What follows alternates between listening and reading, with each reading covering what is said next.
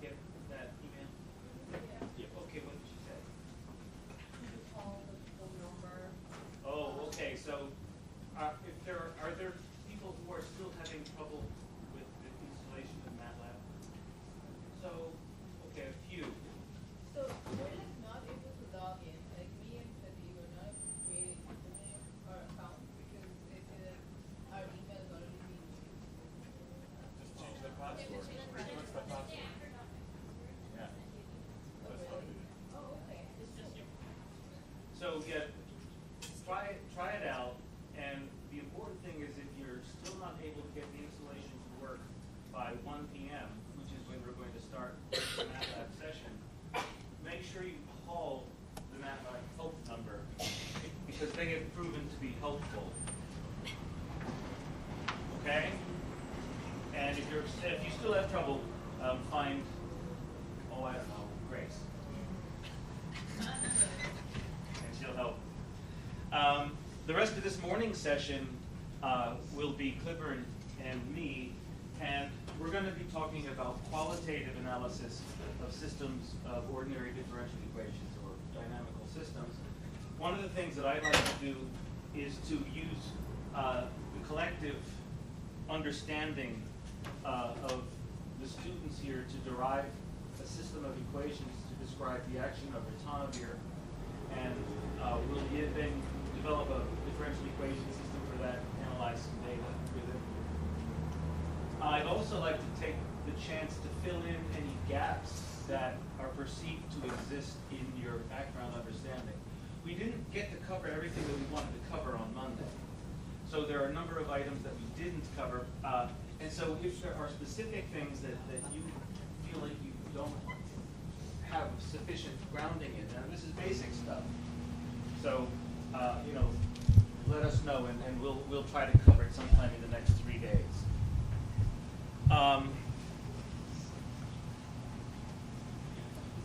So, first of all, are there any questions? You were just waiting for me to ask that, weren't you? Wow. Go ahead. So I'm just wondering, there a lot. It seems like there are a lot of options when it comes to regression modeling, or is the other one called classification? Well, there is another one called classification, yeah. So there's a lot of things like partial least squares, multiple linear regression, nonlinear regression. I'm just wondering, how do you choose, or how do you know what is appropriate for? Yeah, that's a really good question, and the point is that you have. What you need to know is what you're trying to accomplish with your data, and what the experimental design is for your data. And I don't think that we have enough time to go through the various choices that you can make, but those are really the things that go into it. Typically, what you really ought to be doing, if you've got a designed experiment, is to think about the experiment, the gathering of data, and its analysis all at the same time. So you see, if I gather the data this way, then the best way for me to analyze it would be this. That's not, obviously it's not typically the way it's done. Typically what happens is your PI has already done the experiment, hands it to you, and says, go find out the best way to analyze this. So in that case, you have to make sure that you understand the experimental design. You have to understand what it is that you're supposed to be looking for, and so forth. But let me see if I can put together a brief sort of resume of the major methods used in this kind of work, and give a brief overview. I'm not prepared to do that right now, but that's a good suggestion. Anything else before we get started? No. For the afternoon session, we're going to be back over the period. So that's the pattern that we're going to be using from now on. Lectures here in the morning, computational work back at the rear in the afternoon. Well, lunch and then computer work. Okay, so I guess what we'll do is get started. Cliburn didn't tell you his full story on Monday. And now he's wondering, oh my God, what's he going to say? Cliburn got his MD in Singapore. And near as I can tell, figured that medicine was just too damn boring. Too much work. And so he decided he needed to get a PhD, so he went to England and got a PhD in dynamical systems. And so he's well prepared to tell us about how to analyze dynamical systems, which is what he's about to do. So, just so I can gauge your background, how many of you know what a Taylor series is? Very good. And how many of you know how to get eigenvectors and eigenvalues from a matrix? Or fewer people. Do you have a rough idea? Vaguely remember somewhere someone saying that if you have a square matrix, you can do something and get eigenvectors, eigenvalues? Okay, that's enough to start with. And all the rest of you, screw you. So we're sort of continuing on from Monday when Tom talked about differential equation models for bacteria or immune systems. And so this is a fairly general lecture because it's just teaching you how we think about such things. So we have an equation. I can feel all those pain circuits starting up already. Right?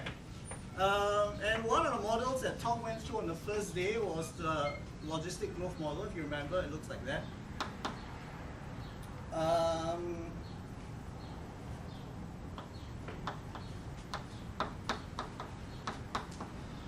I'm sure he used different symbols, but never mind. You want X on the left and N on the right? No, F of N, eh?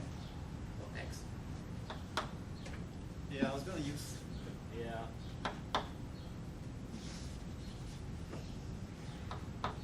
So let's start with this very simple example. So R is we use R, so this model came from ecology, I believe, and we use R because it's sort of like the reproduction rate, right? And we use K because that's how we spell, because that's how ecologists spell carrying capacity. I suspect it was a German word to begin with. So what can we do with an equation like that?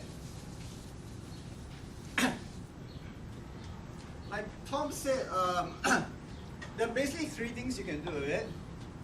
So one thing you can do with it, you can find an explicit solution.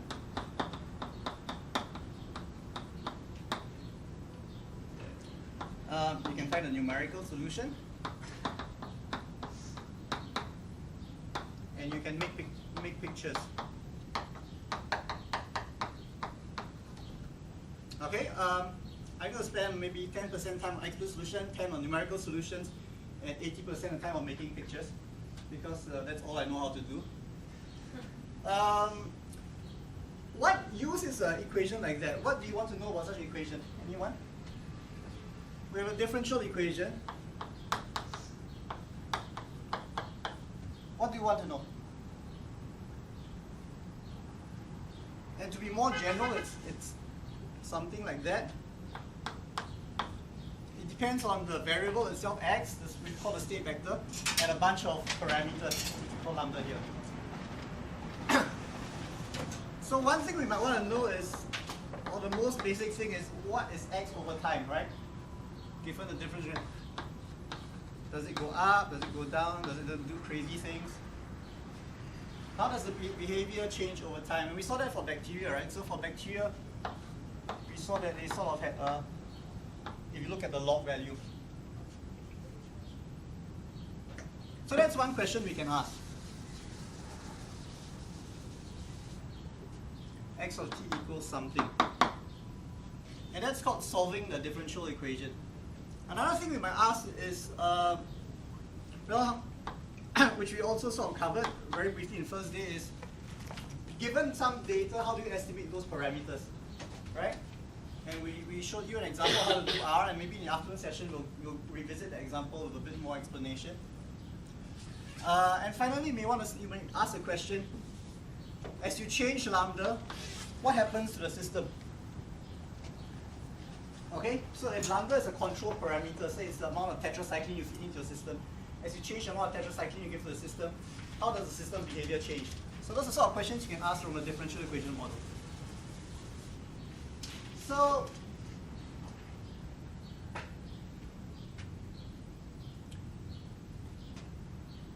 I'm going to claim that this equation is the same equation, right? But it's much simpler. And on the first night, I think over dinner, we were talking about this wonderful term that mathematicians use. Without loss or generality, this system is exactly the same as this system. Okay? I'm going to torture you and show you some math anyway, so. So who wants to know why they're the same? Oh, there are people who want to know why they're the same. Okay, so we'll start with a model like that.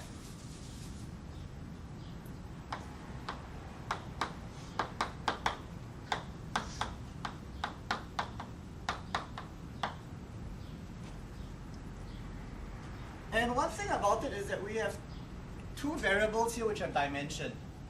One is time and one is count. And dimensions are not nice things to deal with mathematically because if you change your unit of measure, your results change. Alright, so if we measure time in milliseconds versus time in hours or days, you get sort of different results. Same thing for n, right? Because you can count in dozens, or you can count in hundreds, or you can count by one. So we want to try to get rid of the dimensions. So how do you normally get rid of dimensions? You divide it by something of an equal dimension, right? So if you have something in meters, you divide by meters, they cancel. And so you get a dimensionless unit. So I think what we want to do here is get dimensionless units. So we say time is a dimensionless unit, so we get t. Or we want a dimensionless time. We'll call it tau. And we'll divide it by something. We don't know what that something is going to be, we're just going to divide it by something. Similarly, we can have a dimensionless x to represent the population. And we'll divide it by something else, we don't know what that is. Okay?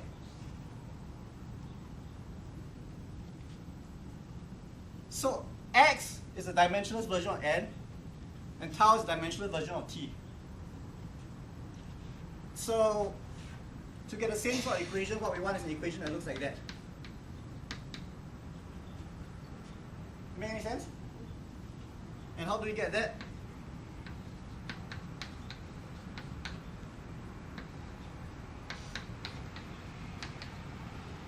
So if you vaguely remember, you can do that when you can use the chain rule in calculus to get this equation. And now we can actually work this out, right? It's just algebra at this stage.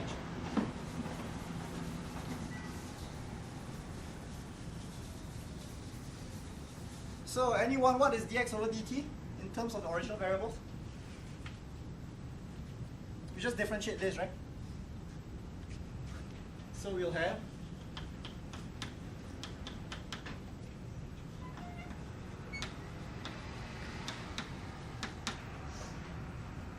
so if anyone is not clear, please slow me down. I mean, does that make sense? Because x is n over beta, dx over dt is 1 over beta dn over dt, because beta is just a constant.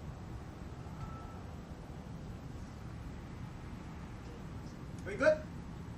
How did we get this dx over tau equals dx over dt? This is the chain rule in calculus. Oh, you just cancel Yeah, them together. All right, so basically. Well, that's not quite how you do it, but you can think of it that way.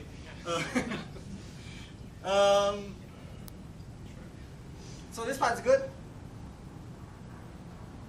And we can expand it out, right? So what's dn over dt? That's r. We don't want n anymore, right? We want to put it in terms of x. So n is beta times x. And then it's 1 minus beta times x over k. And what is dt or d tau? It's just going to be alpha, right? Because t equals alpha tau. So if y equals ax, dy over dx equals a. Right? So we just multiply by alpha. So we've gone from this equation to this equation. Can anyone still follow what's happening? So we can cancel the betas, right? Because they cancel out.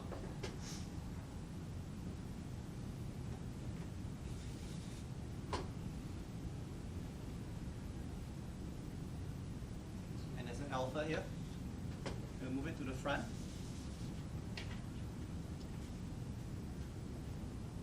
Okay, and now for the magic trick. We want to divide by alpha, we want to divide by beta. We don't really care what they are, we just want to find something convenient. So we let alpha equals 1 over r, and beta equals k. Okay?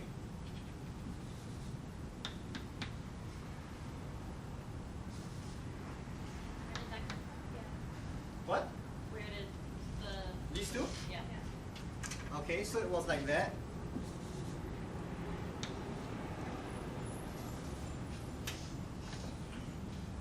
We want some scaling constant, right, that will make it dimensionless.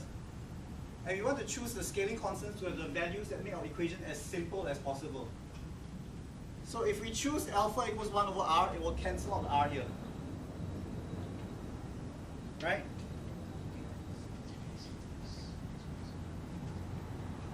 So initially we said we want to make a dimensionless time and a dimensionless quantity. And the way we do it is we divide by some constant alpha and some constant beta. They are just constants, right? So we can choose them to be anything we want. So we choose them to be this particular form because you want to make it simple. And so now that will disappear, and this will disappear. Those choices. The dimensions of alpha are not 1 over r, it's the value.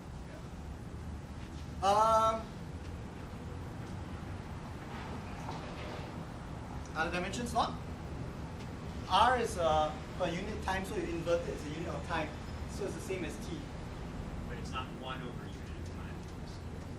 When you define it as 1 over r, it's 1 over r, but it's still in the dimension t. Right, it's the same, alpha has the same dimension as t. Right, it has to have the same dimension as t because we want them the dimensions to cancel out. We want a dimensionless variable at the end. So R is a unit per unit time, right? So it's per hour, for example. And so when you invert it, it's a unit hour. And T also is a unit hour, and so they cancel out. Okay, so now what we have is a much simpler equation.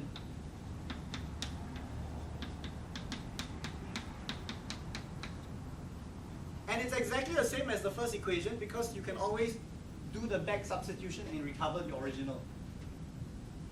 Okay, but it's much easier to analyze.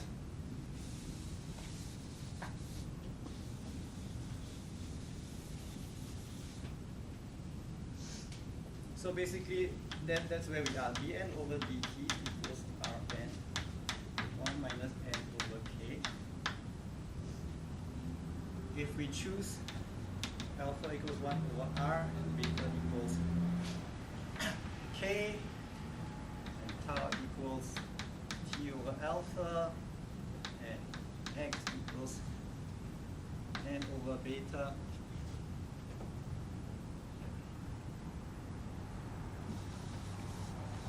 Or even more directly, we say x equals n. If we choose this change of variables,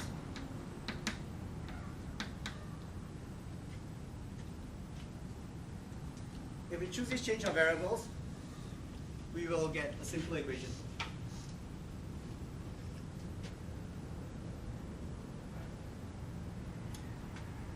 So we go on to the first part. How do you find explicit solutions?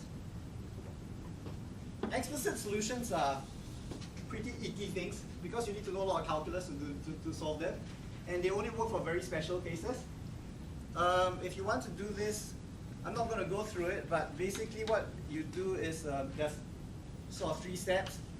One is separation of variables. Is your calculus courses come flooding back to you now? Separation of variables, and you can split it using partial fractions. And then you remember the integral of 1 over x equals log x. if you apply these 3 steps, you'll get an explicit solution. Right? And what you'll get is a solution that looks like that. X at time t equals x at time 0 over x at time 0 minus x at time 0 t.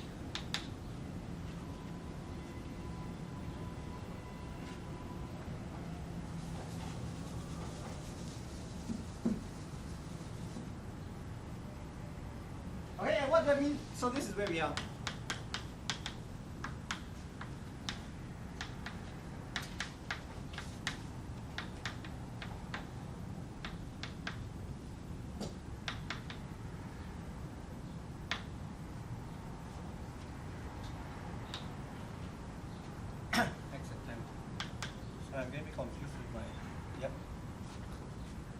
And when I say without a loss of generality, what I mean is that you can also immediately read off the original solution. Right? So x is n over k, right? So x dot will also be a divide by k. So n naught over k, 1 over k, they cancel out. So you just get n naught on top.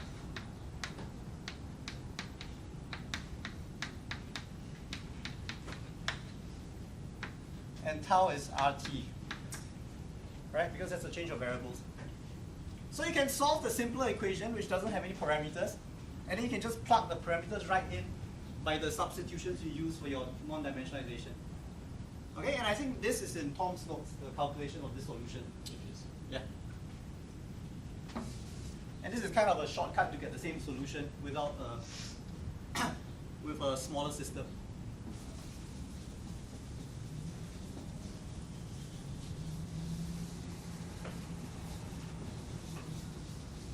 So this is an explicit solution, and given this, you can plug in the value of x naught in the computer and ask it to calculate what it's going to be. All right, and we'll do that in the afternoon R session, where I'll ask you to give you this equation and ask you to plot the function over time to see what it looks like. So what's wrong with explicit solutions? Anyone remember what Tom said about them? Yeah, they're autonomous. And what else? Well, you're looking at autonomous systems only.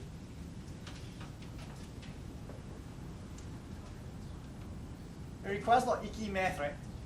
Well, the main thing to remember is that they're very rare. So the ability to actually solve the system of differential equations, unless they are linear, remember, is going to be near zero. So for most systems, we're going to have to gain some intuition using the qualitative methods that Cliburn is about to show you. So that's the kind of thing they unfortunately don't tell you in our calculus courses. You learn 100 special techniques for solving differential equations, and they don't tell you that those techniques apply to maybe 1% of real life problems. So you have explicit solution. So x is a function of t, so now you can easily plot what it's going to look like with t, and computer will tell you what it looks like. If you have some math experience, you can stare at the equation and sort of figure out what it should look like without asking the computer to plot it. But since computers are cheap nowadays, we can ask them to plot it. So that's part one.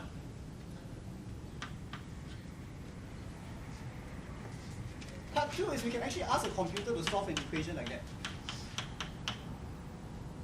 And since we haven't done Taylor series, we'll do this in sort of a dinky way. I'm going to show you the simplest method to ask a computer to calculate that for you. Right? So dx over dt, you may remember from your, I don't know, middle school or high school.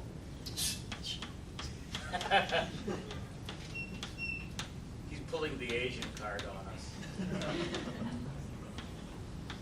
You can remember that it sort of corresponds to this discrete version, right? You take a small time step h, and you subtract the original time, and you divide by h, you get the slope at the point.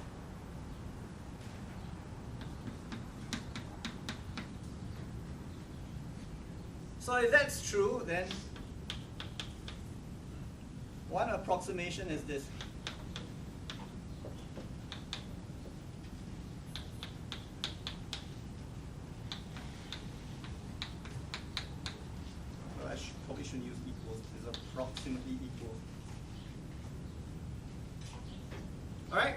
See how useful middle school algebra is? Or calculus is?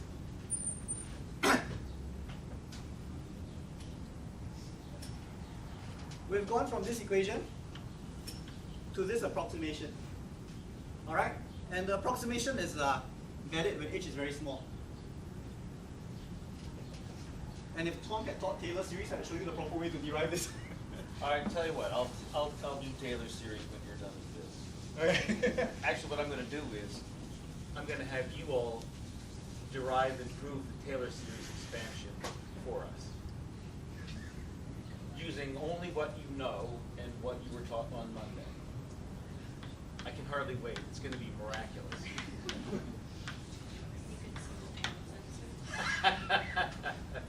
So, how does the computer make use of this equation? Right? To calculate a solution for you. So let's start with a simple equation. Say x dot equals f of x equals minus lambda x. Right? So you remember that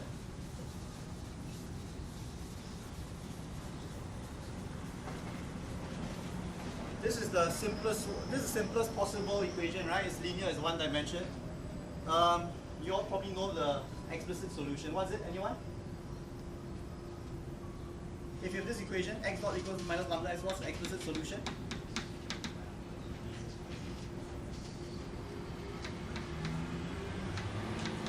Nobody can see your dot. If there's a dot there, we can't see. There we go. Right? So that's an explicit solution, which is probably the first explicit solution you taught in calculus.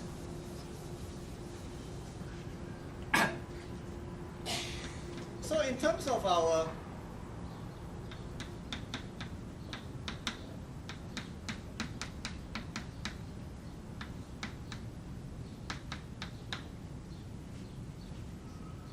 what does the equation actually look like now?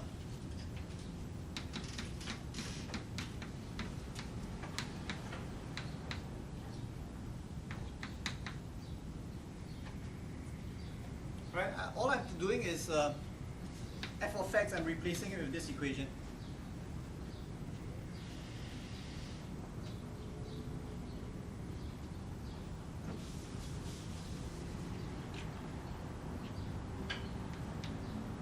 So now the computer actually knows what to do.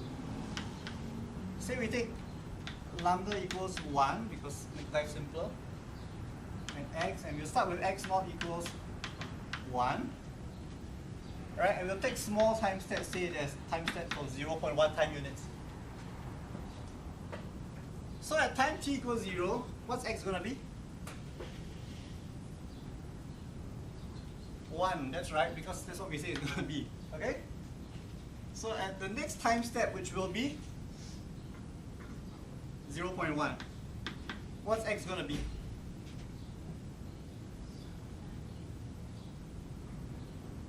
You just plug it in, right? 1 minus h is 0.1, lambda is 1, and x is 1. Okay? So you get another number. Times 0.2, you do the same thing. You take this number, you put it here, you put this, 0.1, lambda is still 1, and this value here. Alright, and it's pretty tedious to do by hand, but you can tell the computer to do it for you, and it'll just do it for you faithfully for as many steps as you want. And so at the end of the day, given that you start at 1, the computer will say, okay, these are the values I calculate. And you draw a line through them, you will get your curve. So that's how a computer solves differential equations. Okay? And this method is known as the Euler method.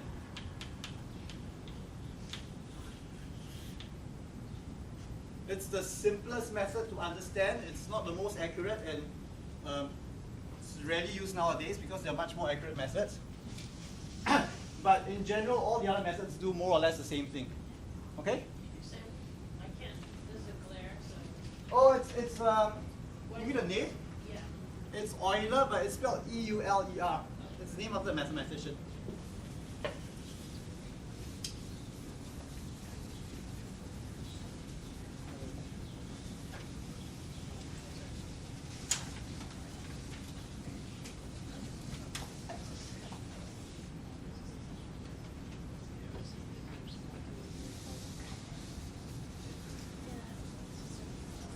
So we covered the first two methods basically, explicit.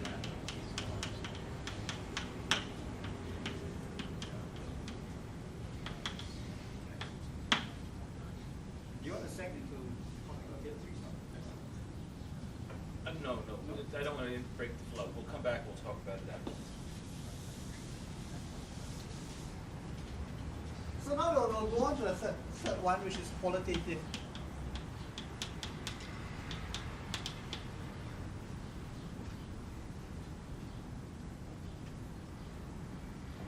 So we have an equation x dot equals f of x.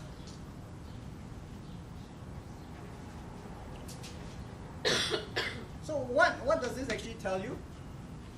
So the way that the qualitative analysis works is that we think of f of x as a vector field, right? And As a what? vector field. A what? And people are already starting to phase off from a vector field. Vectors, if you remember from long ago, vectors are arrows. That's what you remember, right? Biologists can understand that. So what does a vector field look like? You have a field, and there are arrows everywhere. Okay, that's all there is to a vector field. And why is a vector field useful? Because if you take a little person, you drop in onto the vector field. Now he follows a very simple rule. I go in the direction of the arrow, and the arrow is big, I take a big step. If it's small, I take a small step. Okay? And if you do that, that actually tells you how the dynamical system will behave. So, that's why I said this is a visual method. We'll do it for 1D first. And I will solve the, I'll use the logistic equation as an example because it's quite simple, but not totally trivial. And it's non-linear. Do you know why it's non-linear? Do you all know the difference between linear and non-linear equations? But who's not clear why it's non-linear or what a linear version would be? Okay. So when you have dx over dt equals f of x, if the function of x looks basically like something multiplied by x, that's linear. And everything else is non-linear. That's how simple it is. So if it looks like x squared plus x cubed, and in 2 dimensions, if it looks like xy plus y cubed, or square root of y cubed, all those are non-linear. Alright, in 2 dimensions, what does linear mean? It means it only has x terms and y terms multiplied by some constant. This power must always be 1. If the power is anything other than 1, it's non-linear.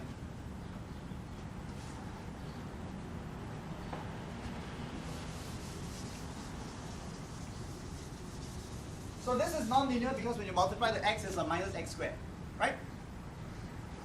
Okay, so let's think about where does x live? X is how many dimensions? 1. So where does it live? On a line. Right? So x lives on a line. Now when we drop somebody onto this line, he wants to know which direction to go. And how does it know which direction to go? Sorry? Plus or minus. Plus or minus, right? So there are only 3 things x. If you drop a person here, there are only 3 things he can go. He can go to the left, he can go to the right, and he can stay still. Right? In terms of the logistic equation, if he goes to the right, the population is growing. If he goes to the left, the population is shrinking. And if he stays still, the population is not changing. And how does he know which direction to go? Sorry? Vector field, right? He follows the arrows. That's all he does. So we need to put some arrows here. I don't know, some arrows like that. So he knows where to go. How do you know where the arrows are? What the arrows are? Anyone? We look at this equation. If f of x is positive, means the rate of change is increasing, then the arrow goes right. And f of x is negative, it goes left. And when f of x is 0, stays. Okay, so let's solve. The case where x is 0 is a special case. F of x is 0. So that gives you what we call a fixed point.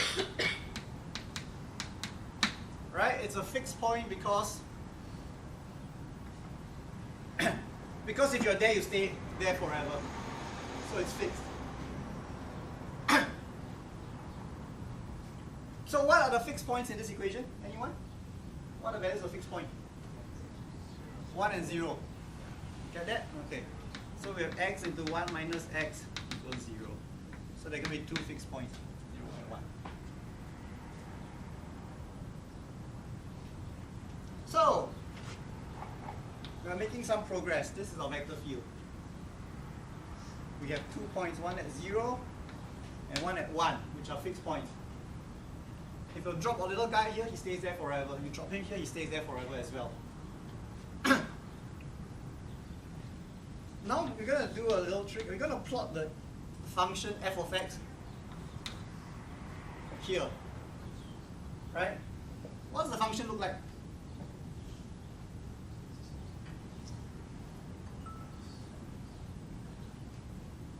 Anyone, what does the function look like? It's x minus x squared, right?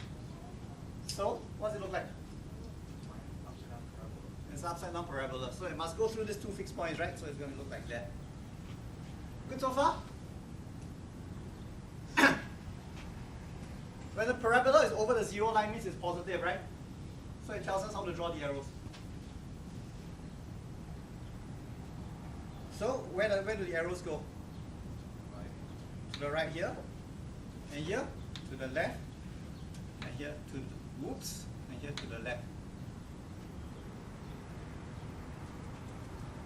So you notice there's something different about these two fixed points. Anyone? What's the difference in two fixed points? Sorry? The arrows. Yeah, the arrows surrounding are different, right? So the arrows are pushing people towards this fixed point and they're pushing people away from this fixed point.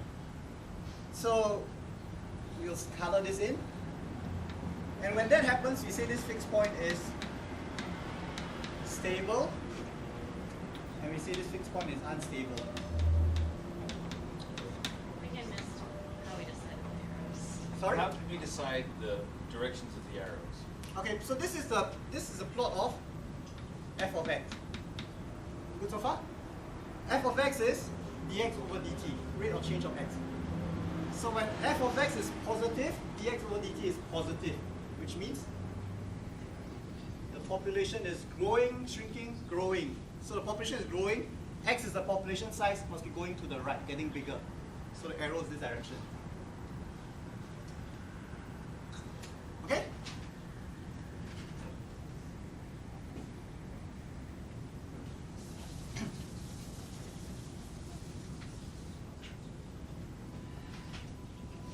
So there's another way to teach, to think about stability, which requires Taylor series. I'm just going to show you. So one thing we like to calculate is something called linear stability.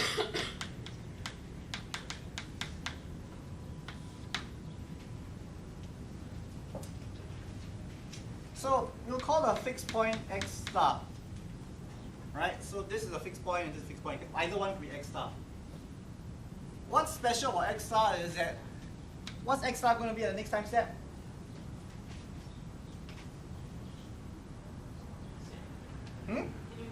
What is x star going to be at the next time step? Given what? If it's a fixed point. 0 or 1. So it's the same, right?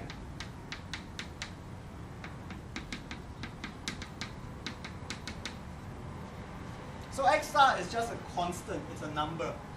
Alright? It's not really a variable because it stays the same. It's either 0 or 1. So say we have someone who's standing on X star. Alright? Now we give him a kick and he gets bumped off. Can we do some math to figure out what will happen to him? We push him gently. Give it a little nudge. Okay? That's actually important. We want to think of this as being the gentlest possible nudge you can imagine. See, a kick means that you're pushing him. We want to push him away, or her, infinitesimally away from 0. Well, what we want to do is we're going to blow this up so that we can. So here's 0. We want to just nudge ever so slightly.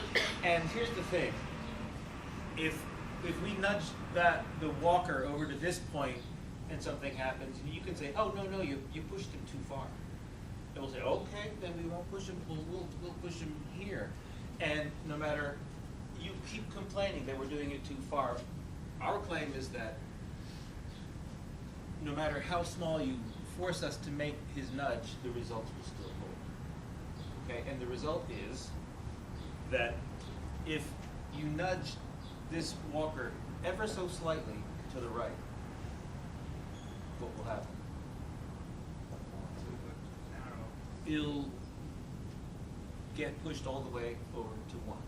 Or in other words, the population will grow all the way to 1. So let's think in terms of the population. If you have no bacteria in a dish, how many bacteria will you have if you let it grow for a day? Depends how clean your lab is, I guess. None. But under the circumstances that we're considering, how about if you put 1 bacterium in? And this is the trouble. We've already talked about the representation of inherently discrete quantities using continua. So it's kind of funny, but if you put 1 bacteria, it grows to its carrying capacity. Okay. So let's say the little nudge pushes the guy a distance of h away. Alright? So this is his displacement. You're now at position x, you're no longer x star, and h is the difference between x and x star. Okay? So that's just subtraction. So we want to know, how does h change over time? Yeah? In theory, another fixed point on the other side of 0. Yeah? Then the shape will get Here? No, there's no fixed point there. So what happens if you nudge? It goes to negative infinity, but in a biological system, it doesn't exist. You cannot have negative bacteria.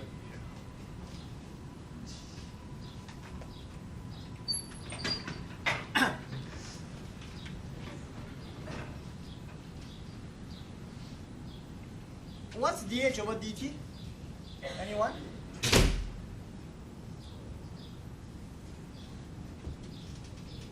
How does the little displacement change over time if we nudge him? So we differentiate the left hand side, we have to differentiate the right hand side, right? We don't care about this. This is a constant, remember? Right? So it disappears, and all we get is, right? Because if you differentiate a number with respect to x, you get 0, right? dx over dt we know is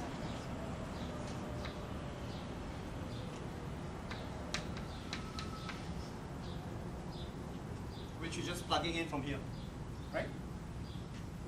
And now we can rewrite this as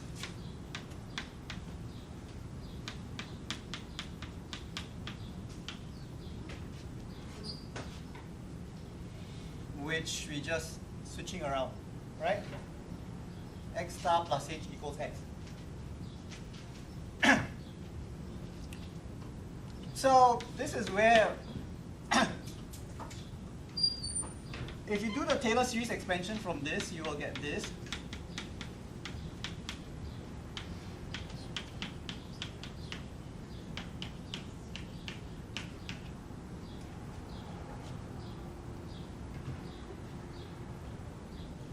So those of you who remember, well, it's your Taylor series expansion, this should be familiar. Those who don't, I'll leave Tom to teach it. What is this value? What is f of x star?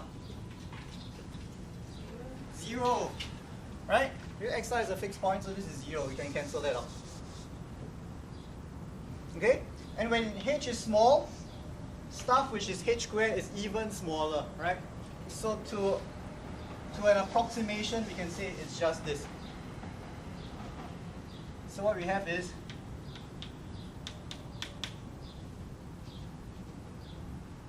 so the linear approximation says that what happens to your perturbation h depends on this value. And what's this value? F prime x is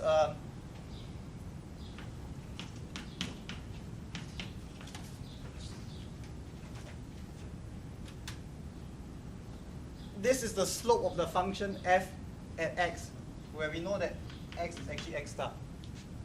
Okay? Or more properly.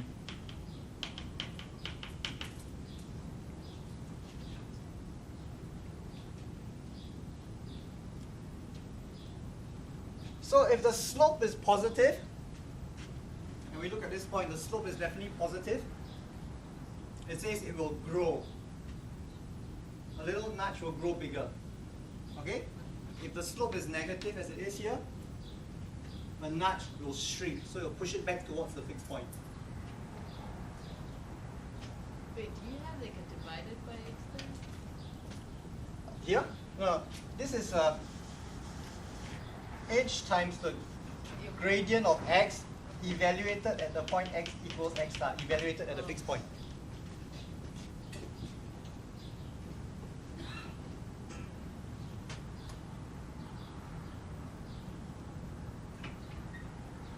So you're saying that the overall is positive, so if that's going to be positive.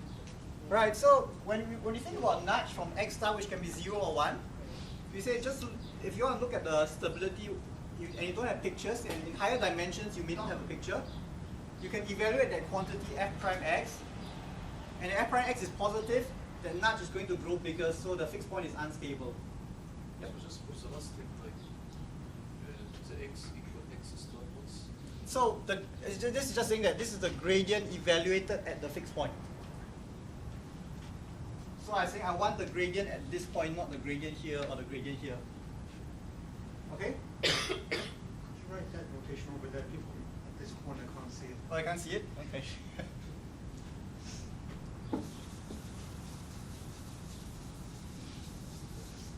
Oops, should I get a picture?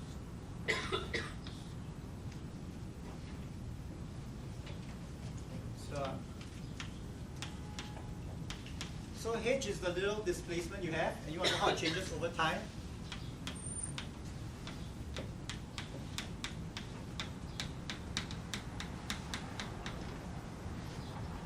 So it says basically it depends how fast it will change and which direction depends on the size of the slope, size and sign of the slope at that point. If the slope is negative, if you push it away, if you push it away, this is h will get smaller over time, it will go like that, until it goes back to the fixed point. Okay? While on this side, because the slope is positive, if you push it away a little distance, it will get bigger and bigger and go further and further away. So this is important because this tells you the stability of the fixed point. Sorry. So you said that the slope is negative? Uh-huh. What do you say happens? If the slope is negative, then the rate of change is negative. Right. Means if you start h equals say 0.1, it will get smaller and smaller and smaller. Means it moves back to x star. Right? And you can see in these 2 points here. The slope is positive, so it moves further and further away. The slope is negative, so if you push it out, it will try to bounce back.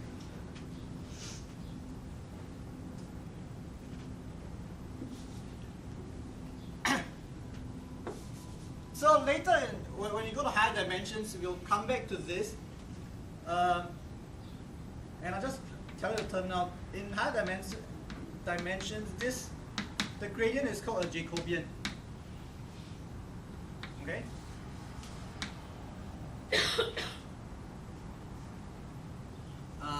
I'll revisit. I'll just let you know because I'll come back to it, and just want to introduce the term right now. Gradient in 1D, Jacobian in more than 1D. It's the same thing, f prime of x.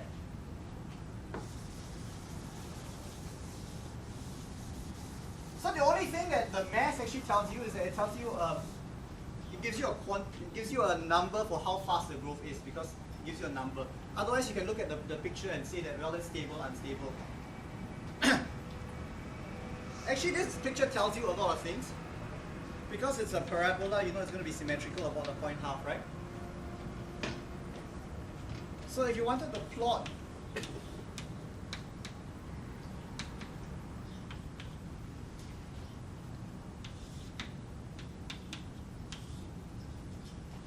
let's look at what this says. If you start at 0, you will stay 0 forever. Right? Same thing, if you start at 1, you will stay 1 forever. If you start at more than 1, well, you're going to shrink, right? So you're going to go like that.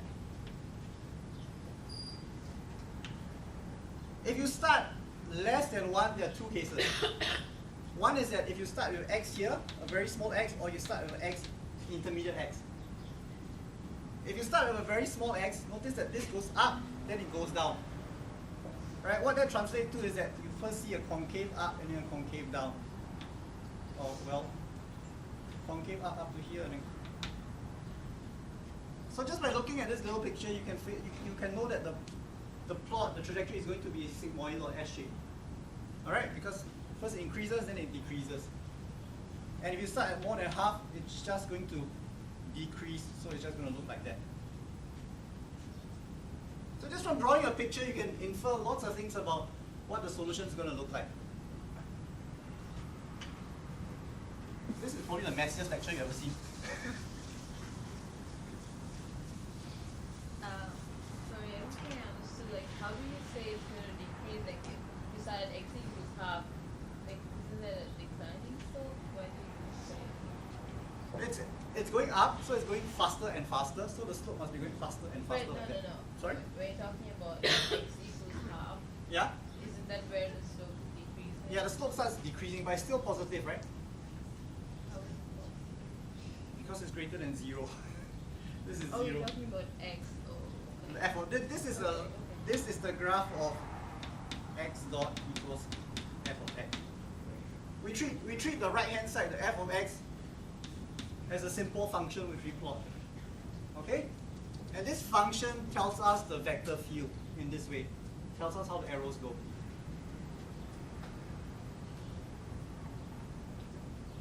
Is everyone good so far? Any questions? You should take a breather here because I'm going to go into 2D now. Yeah? Just before you continue, I just want to understand the notation of f prime. Yeah. You're saying f prime x, that's a representation of a gradient? Is that what you're saying? Yeah, so by convention, this is dx over dt.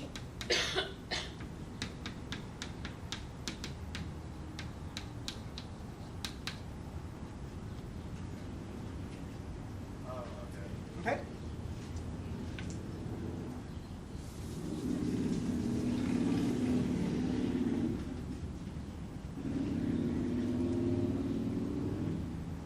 So we go to 2D now.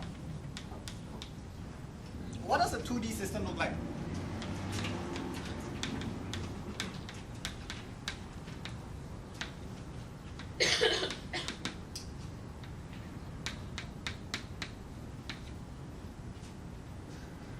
Does that make sense?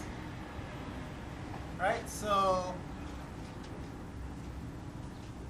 I will give you the simplest example possible, or not the simplest, but we'll start with the linear case.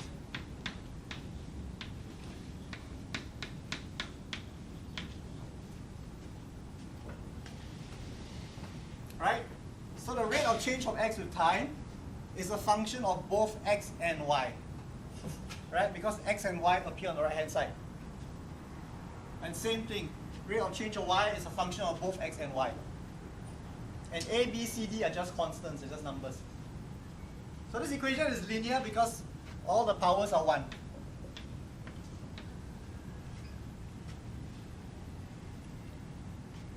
So you may remember that sometimes it's written like that.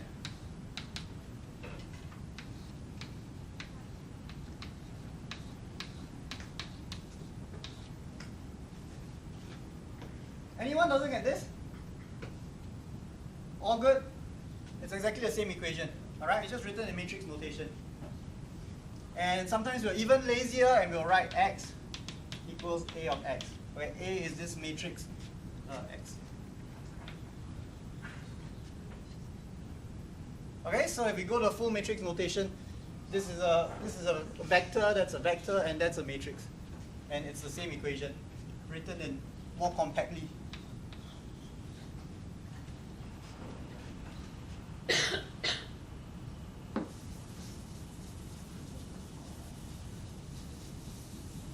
So because 2D is a little bit more complicated, we're going to start with a very simple equation.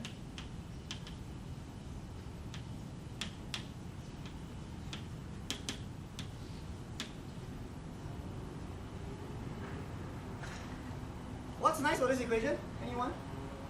I've just said, basically I put b equals 0 and c equals 0. That's all I've done. It's the same equation, I just set two of the constants to 0.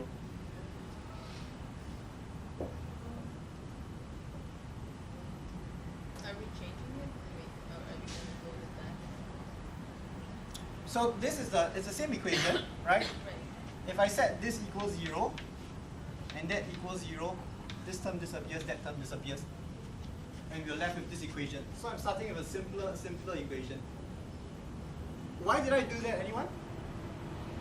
What's different between here and there? Sorry? Yeah. So x dot only depends on x and y dot depends on y. Right? So the two dimensions have independent dynamics. It's basically two one-dimensional systems. And we can actually solve this system that immediately.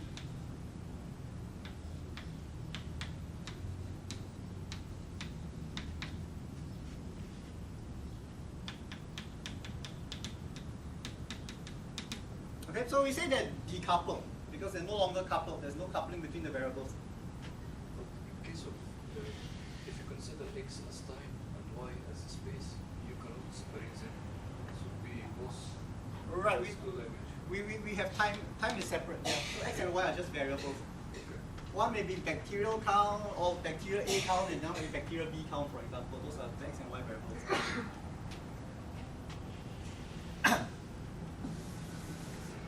So let's start drawing arrows again.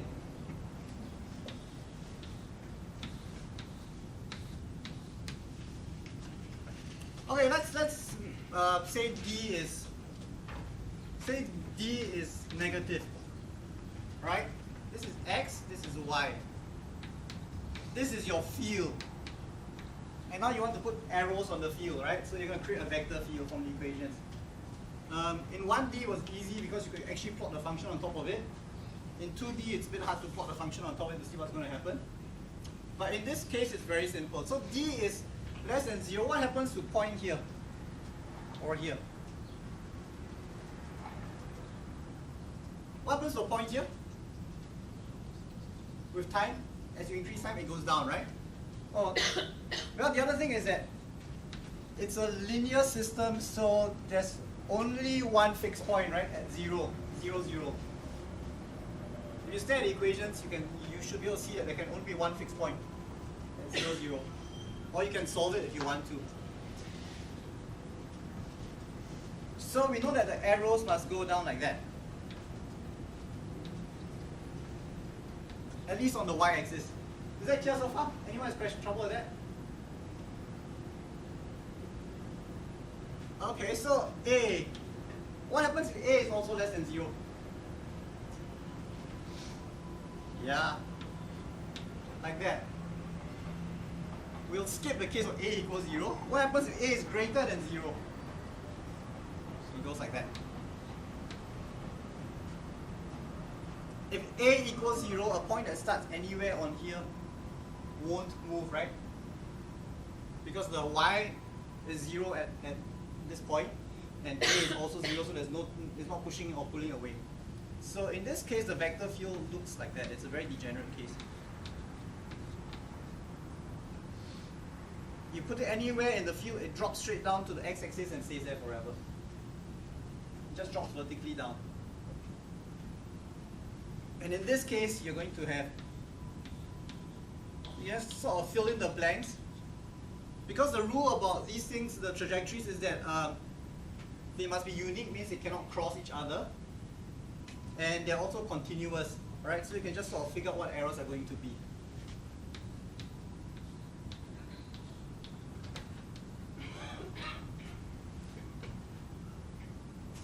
So for some terminology, this is called a node. And this is called a saddle.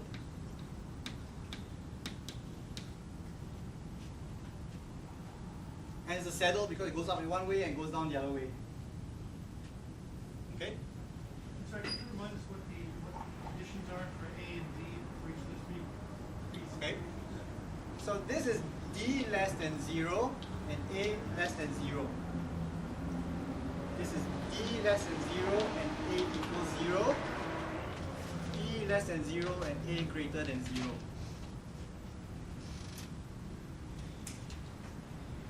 Okay? I'm going to expand on this a little bit more because the arrows don't have to go in straight lines.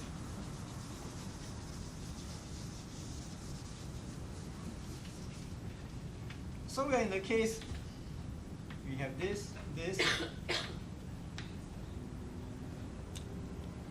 Say D equals -1 and A equals -2. How do the lines come in?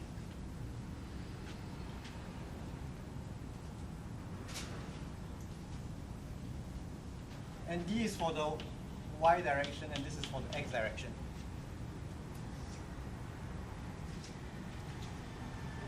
So a point which is far away here, right,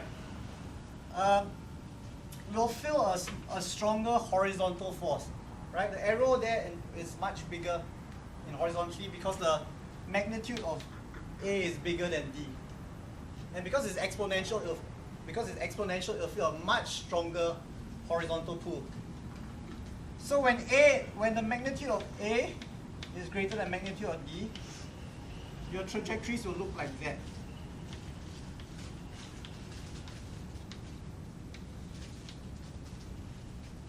When they're equal, they will look like that. And when D is bigger than, when the size of D is bigger than the size of A, they will look like that.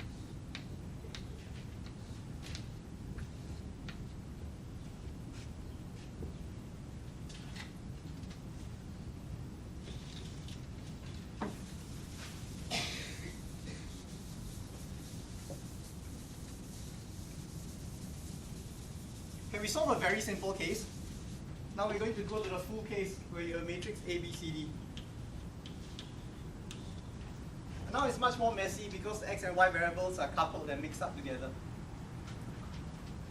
And the reason this was easy was because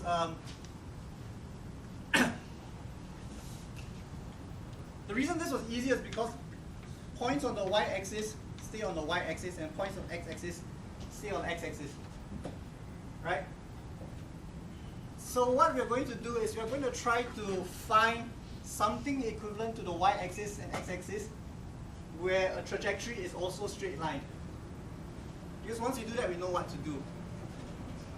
So what's the solution of one of this?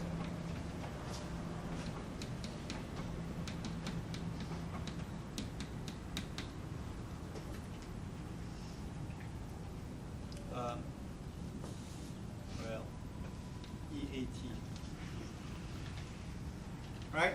You can think of the x-axis, so a point stays on the x-axis. You can think of x-axis as a vector, right? This is just a vector, that's a vector. So you can think of it as being a vector. The trajectory stays on the same vector throughout.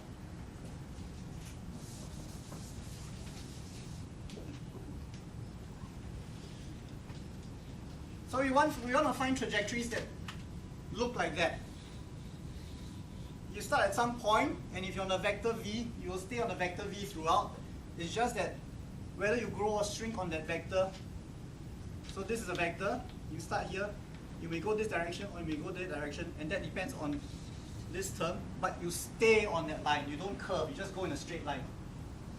Okay? Which is what was happening in the decoupled case on the x and y axis. So let's differentiate this.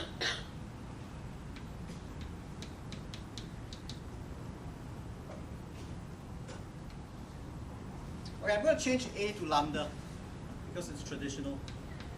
Doesn't matter, right? It's just a constant, so we can change it to give a different name.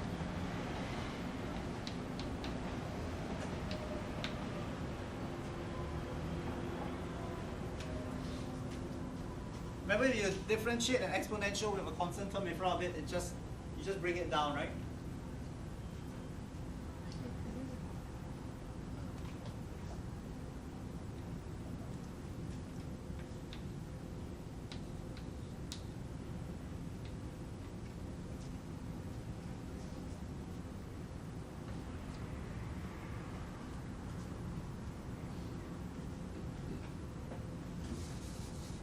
So is V a constant? I know you said V is a vector. Sorry? So V is a vector. V is a vector. It just tells you it's a direction. So we treat this as a vector. We treat that as a vector. I mean, it just tells you a direction.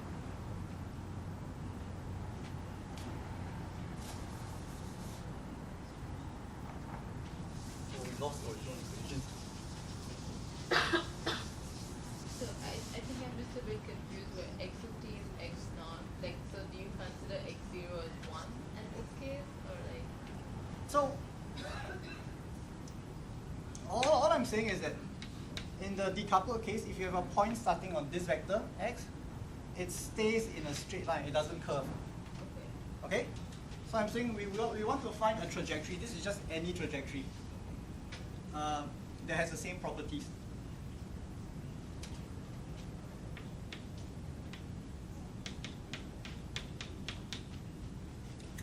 Remember matrix notation, we wrote that, right? X dot equals AX. So this is X dot equals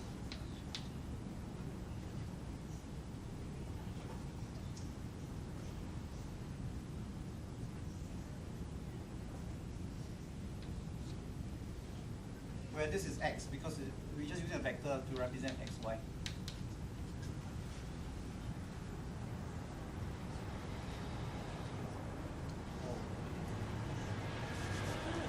X is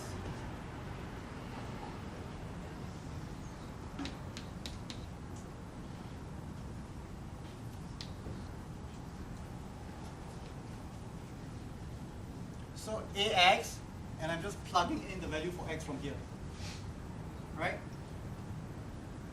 So now we can cancel out. The E lambda T is the same.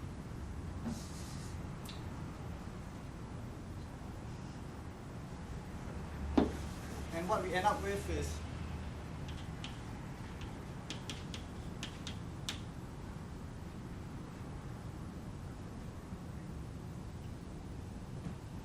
and we rearrange it a little bit more.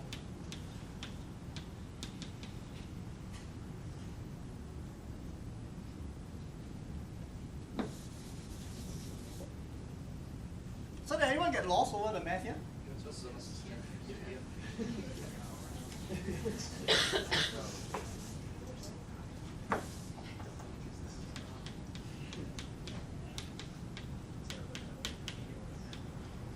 We want to find a trajectory of this form where it stays on the same vector v throughout. Okay? Stays on a straight line. In the decoupled case, the v will be the x-axis and the y-axis, 0, 1, 1, 0. So we differentiate this.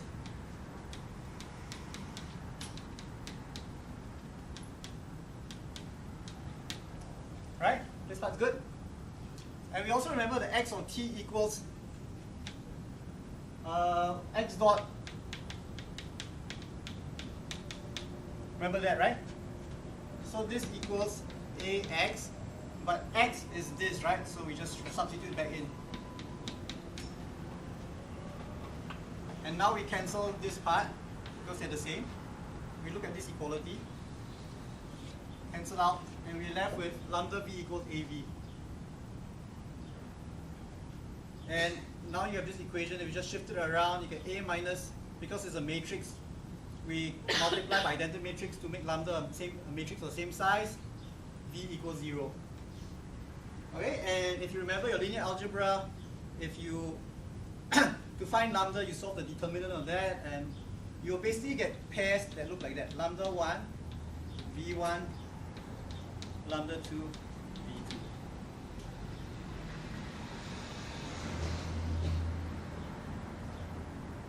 So I won't go into it, but you can solve this equation, or you can ask the computer to solve it for you. What it will give in a two-dimensional case is it will give you eigenvalues lambda 1 and lambda 2. And for each eigenvalue, you get a corresponding eigenvector v1 and v2. Okay? Is that the first time you've said eigenvector? Oh, at the very beginning. Yeah. But I think, who has never heard of eigenvalue, eigenvector before? Oh my Seriously? goodness. See, I knew it. I knew it. And there's a difference between heard of eigenvalue and eigenvector and comfortable with the concept. Right.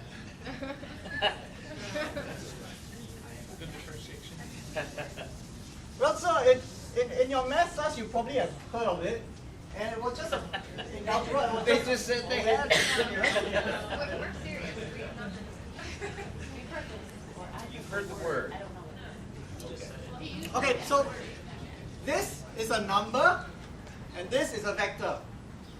All right? And we get this number and this vector by solving this equation, this matrix equation.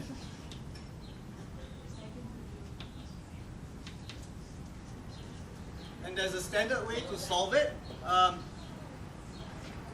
What does that do to you? What does that do for you?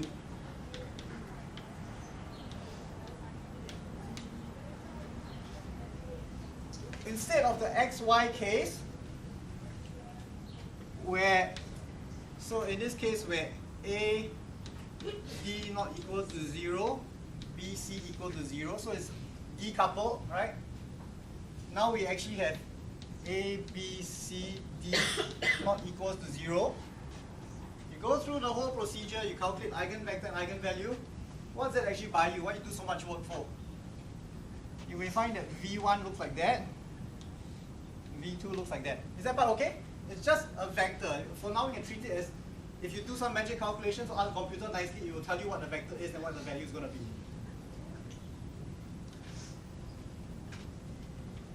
We have constructed it so that anything that starts on v1 or v2 will stay on v1, v2. That was the whole point of the construction, right? So basically, v1 and v2 act like your x and y axis here. And all you need to see is, if lambda 1 is greater than 0, v1 will go which direction? It will go up. Right? And if lambda, and now if lambda 2 is less than 0, along v2 the trajectories will go like that. And so we can figure out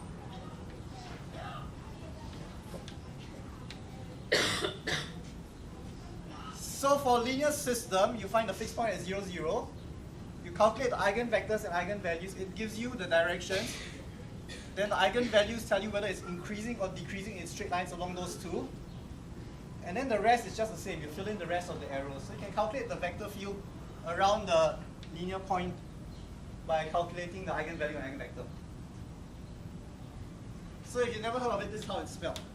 It's eigenvalue. And I'm quite sure it means something in German, but I haven't the faintest idea what. Yes, that's right.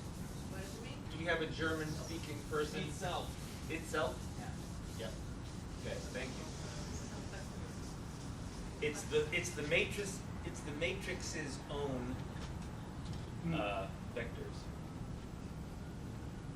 The natural vectors for that matrix. So in a sense, it's a way of changing your coordinate system so that it becomes natural and looks like a linear system. And you can treat it the same way.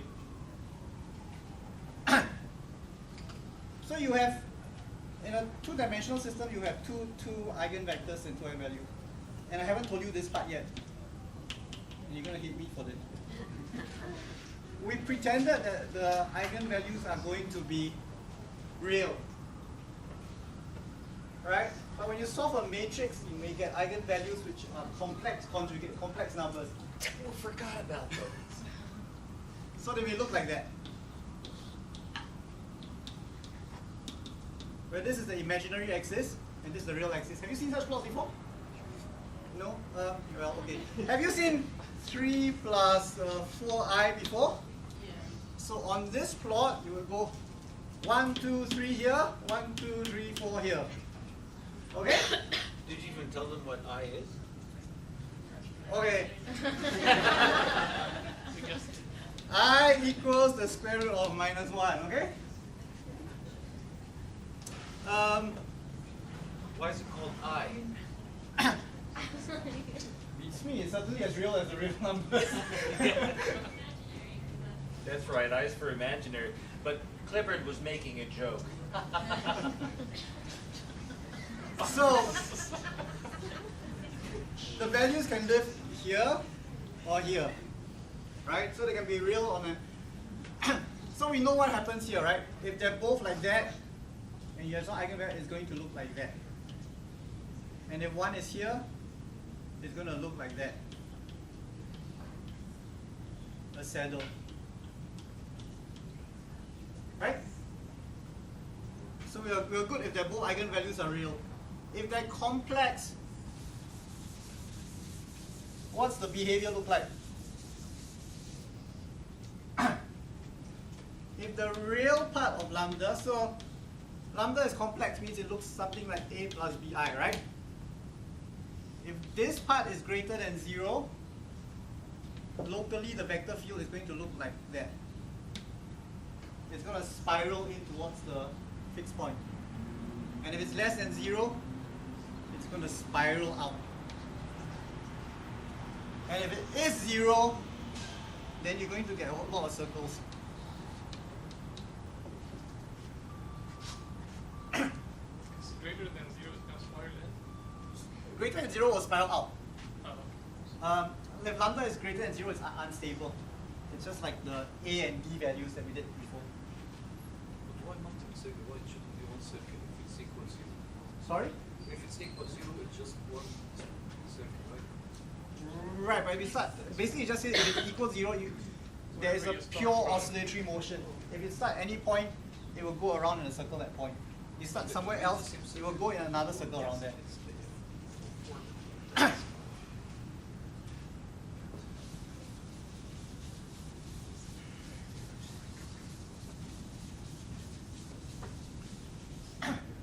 So when you have a non-linear system, so this is, so we've gone from 1D, 2D linear, to now we're going to do a 2D non-linear.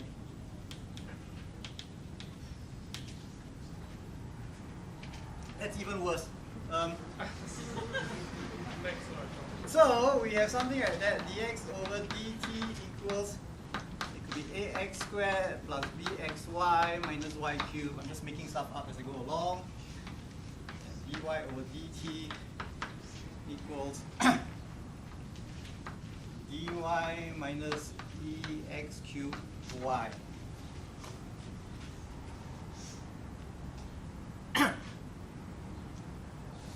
So the first thing you can do is, what can you do here? You can find fixed points, right? How do you all find fixed points? You set this equals 0, and that equals 0. Okay, and then it's just two simultaneous equations you can solve for x and y in the usual way. The difference with a non-linear system is that you may get more than one answer, so there may be more than one fixed point in the system. There may be more than one steady state. And we actually saw it in 2D. It's got, this equation has got two fixed points, right? So you solve it the same way, you'll get as many fixed points. Now around each fixed point, how do we figure out what the eigenvalues and eigenvectors are going to be?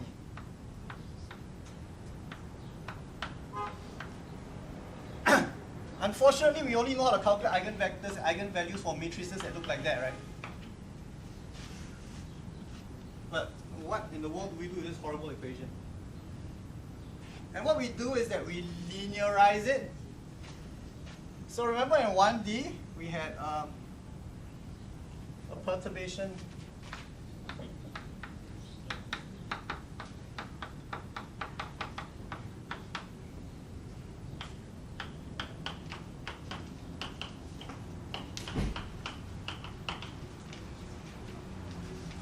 said, we'll come back to this, where this is the gradient. So the gradient in more than one dimension, I say, is called the Jacobian.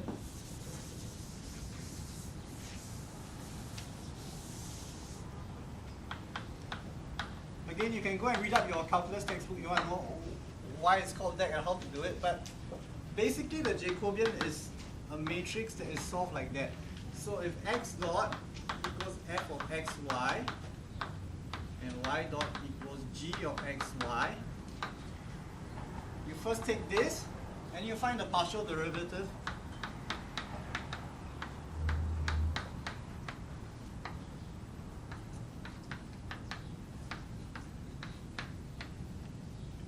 Evaluated at x equals, well,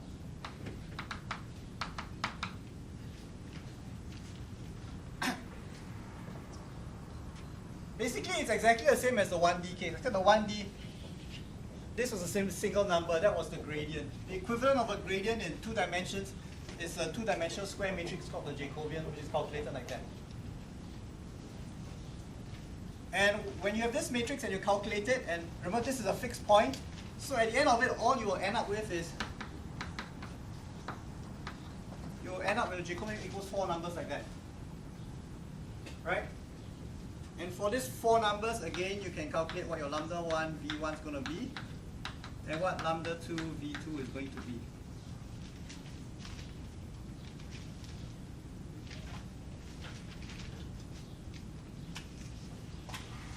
And then once you know what they are, so you may have a system like that, and it's got a fixed point here and a fixed point here. You may see that V1 is like that, V2 is like that.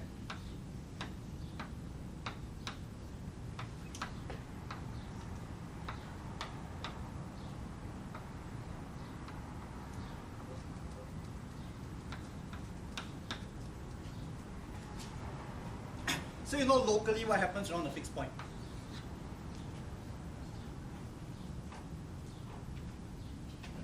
And then there are ways, at least in 2D, to figure out what goes on outside the fixed points as well, but we won't go into that because you probably don't want to do it. And later in the afternoon, I will show you how you can tell R to just calculate the value of f of xy and g of xy and plot a diagram where it puts in arrows at every point, so you don't have to do the calculation yourself. But understanding what happens at the fixed points is quite important, and whether the fixed point is stable or not.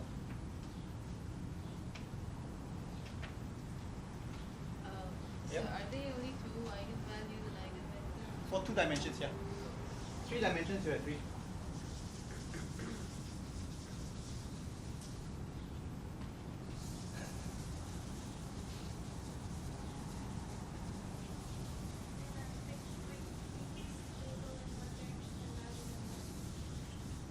Right? Mm-hmm. Yeah. You have a question? Question? Yeah, it can be. So that this is a saddle, for example, right? It looks like that. So it looks like it's stable in one direction and unstable in another. We classify this as unstable because if you push it away a little bit, it's going to move away. Think of putting a marble down on a horse's saddle. It'll roll off to the side, but it'll be stable longitudinally. So let's just recap what we have here. So in 1 dimension, we say it lives on a line, right? X lives on a line, and this is called the phase line. And we first find the fixed points. We can plot the field over it to see how to put the fixed points, and then we can draw the arrows. And we say that this is unstable because the arrows move away from it, and we say this is stable. And then we also saw that the stability depends on this quantity f prime x for 1D, right? If that's greater than 0, it'll move away. If it's less than 0, it'll move back in. And the reason that's true is because if you make a small perturbation, it grows as f prime x, right? So the rate of change of perturbation depends on f prime x, the sign of x, or the slope, in this case, the slope. And then in 2D, we learned that the linear system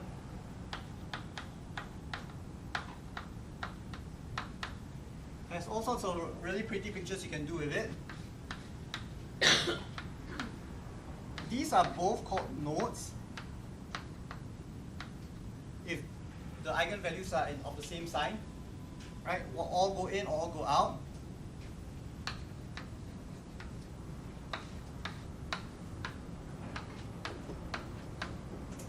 This is a saddle.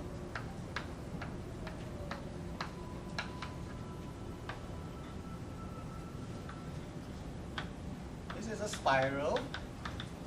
And you can spiral that goes in or goes out depending on whether the fixed point is stable or unstable. And this is a center.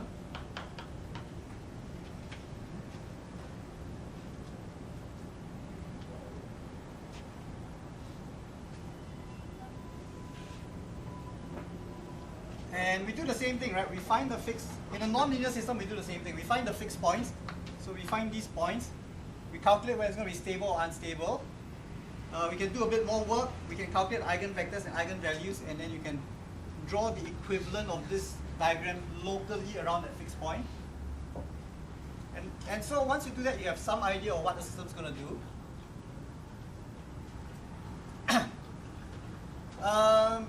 In 2D, there's another thing that can happen, which is this.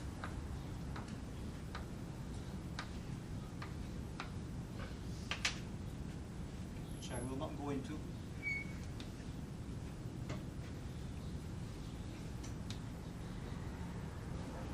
Basically, you can have an isolated circle or isolated closed orbit. Okay? And that's called a limit cycle. The difference between a limit cycle and a center is that these are not isolated, because if you move it a little bit away, it's another closed circle. This one, if you move it away a little bit, if it's a stable limit cycle, things move towards it. If it's unstable, things move away from it. Alright? So the key for limit cycle is that it's isolated. And you only see that in non-linear systems. Linear system, all you can see is a center. And what does this actually look like when you translate it into time? So now we're going to map back from a phase plot, which is x, y, into x into time.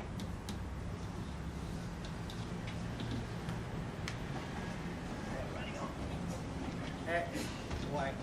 What does the limit cycle look like? Here, what do you think it looks like? Periodic, right? So it goes up, goes down, goes up, goes down, and same thing for y. Okay?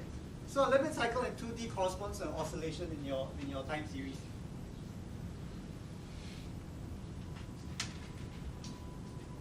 And I was going to cover bifurcations, but that was before I realized you didn't know what eigenvalue and eigenvector were.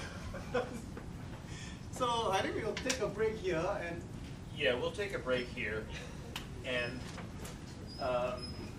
when we do our afternoon session, I do want to do just a teeny bit of lecturing, and I won't cut too desperately into your